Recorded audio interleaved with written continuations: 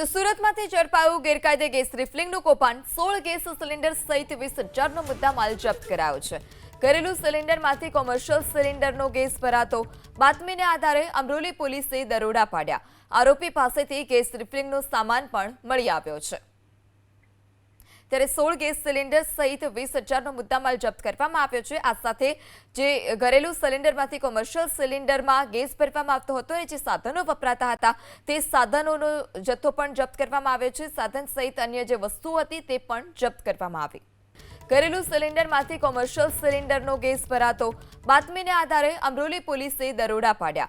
આરોપી પાસેથી ગેસ રિફિલિંગનો સામાન પણ મળી આવ્યો છે। ત્યારે 16 ગેસ સિલિન્ડર સહિત 20,000નો મુદ્દામાલ જપ્ત કરવામાં આવ્યો છે। આ સાથે જે ઘરેલુ સિલિન્ડરમાંથી કોમર્શિયલ સિલિન્ડરમાં ગેસ ભરવામાં આવતો હતો અને જે સાધનો વપરાતા હતા તે સાધનોનો જથ્થો પણ જપ્ત કરવામાં આવ્યો છે। સાધન સહિત અન્ય જે વસ્તુઓ હતી તે પણ જપ્ત કરવામાં આવી।